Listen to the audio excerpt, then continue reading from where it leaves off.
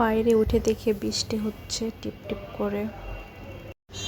ওয়েদারটাও খুবই ভালো।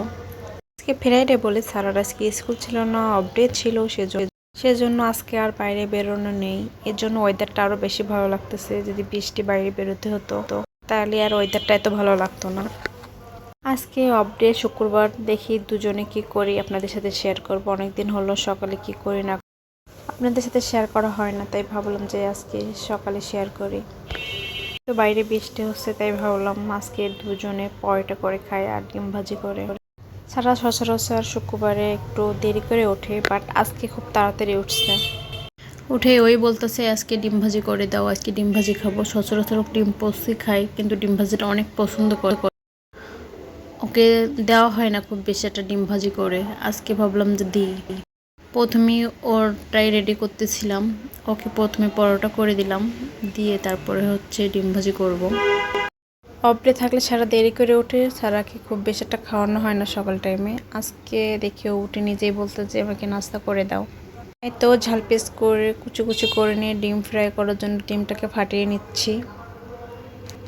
ও এটা পছন্দ করে। যে সময় ওকে সার্জারি করছিলাম আমরা, সেই সময় ওকে বাইরে যে পরোটা ডিম ভাজি এগুলো খাওয়াতাম যখন দেশে গেছিলাম ওকে সার্জারি করার জন্য।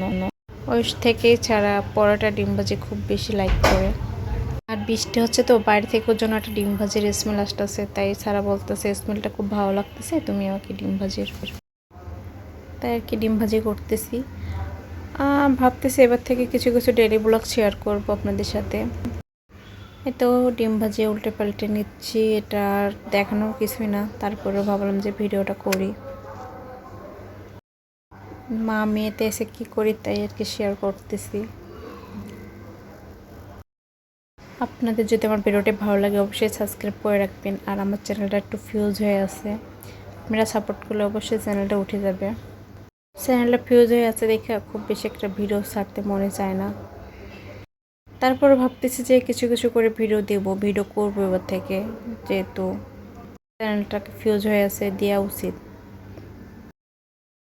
সারা খুব বেশি একটা স্পাইসি পছন্দ করে না, এজন্য আর কি এমন করে রেখে দিব ডিমটা। তো ওর নাস্তা রেডি হয়ে গেছে, এবার আমারটা রেডি করব। এবার আমার ডিমটা ফাটাই নিচ্ছি, ঝাল পিস কুচি করে তারপরে ভাজি করে নিচ্ছি, করে দিয়ে দিলাম। ছাড়া পাশে ছিল যখন ডিম ফ্রাই করে, আমার ডিম ফ্রাই করে দেখে বলতে তোমারটা এত বড় আর আমারটা এত ছোট কেন। ও ওইটা নিয়ে গবেষণা করতেছে। ওর ডিম ফ্রাই করার সময় ছিল না, এই জন্য বুঝতেছে না আসলে কি হয়েছে বিষয়টা। ছাড়াকে ভাবতেছি ইদানিং থেকে ওর নিজের হাতে খাওয়ানো অভ্যাস করাবো। ও নিজে হাতে কিছুই খেতে চায় না,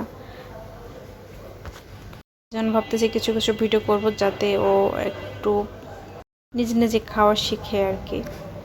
তো ডিম ভাজি আমি একটু বেশি স্পাইসি পছন্দ করি আর একটু বেশি ডার্ক পছন্দ করি, একটু ডিপ ফ্রাই পছন্দ করি, এর জন্য আর কি আমি একটু বেশি ফ্রাই করে নিচ্ছি। এই তো এরপরে আমার নাস্তাও রেডি।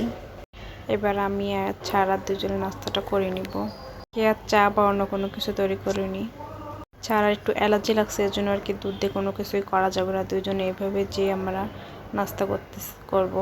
সেদিন থেকে ছাড়ার এই পড়ার টেবিলটা কিনে সেদিন থেকে ছাড়া আর ডাইনিং টেবিলে বসে নাস্তা করতে চায় না, ওর পড়ার টেবিলেই বসে নাস্তা করে। ও প্রথমে বলতেছে আমাকে খাওয়াই দাও, আমি বলতেছি না তুমি নিজে হাতে খাওয়ার চেষ্টা করো। তাই বলতেছে আচ্ছা ঠিক আছে দেখি নিজে হাতে পারে কিনা। তারপরে এই তো নিজে নিজে চেষ্টা করতেছে, দেখা যাক। 2 হাত দিয়ে যুদ্ধ শুরু করে দিছে খাওয়ার জন্য, তাও ছিটতে পারতেছে না, ছোট তো নিজে নিজে চেষ্টা করতেছে, এটাই অনেক। তারপর সারাই যে ছিঁড়ে ডিম নিচ্ছে, ডিমটাও ছিটতে পারতেছে না বেচারা মেয়ে আমার। এবার খাচ্চার বলছে হ্যাঁ মজা হয়েছে, বাসার মতনই মজা হয়েছে, বাইরে যেটা খায় তো বাসায় যে ওটার মতন মজা হয়েছে। এই তো সকালে সারার আর আমার নাস্তা দুজনে করে নিলাম। ও খাচ্ছে আর অনেক মজা করতেছে, বলতেছে হ্যাঁ মজা হয়েছে।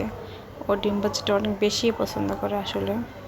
ওকে সবসময় পোস্টে খাওয়ানো হয়, এর জন্য আর কি এটা দেওয়া হয় না। যাই হোক আমাদের ভিডিও পর্যন্তই। আল্লাহ হাফেজ।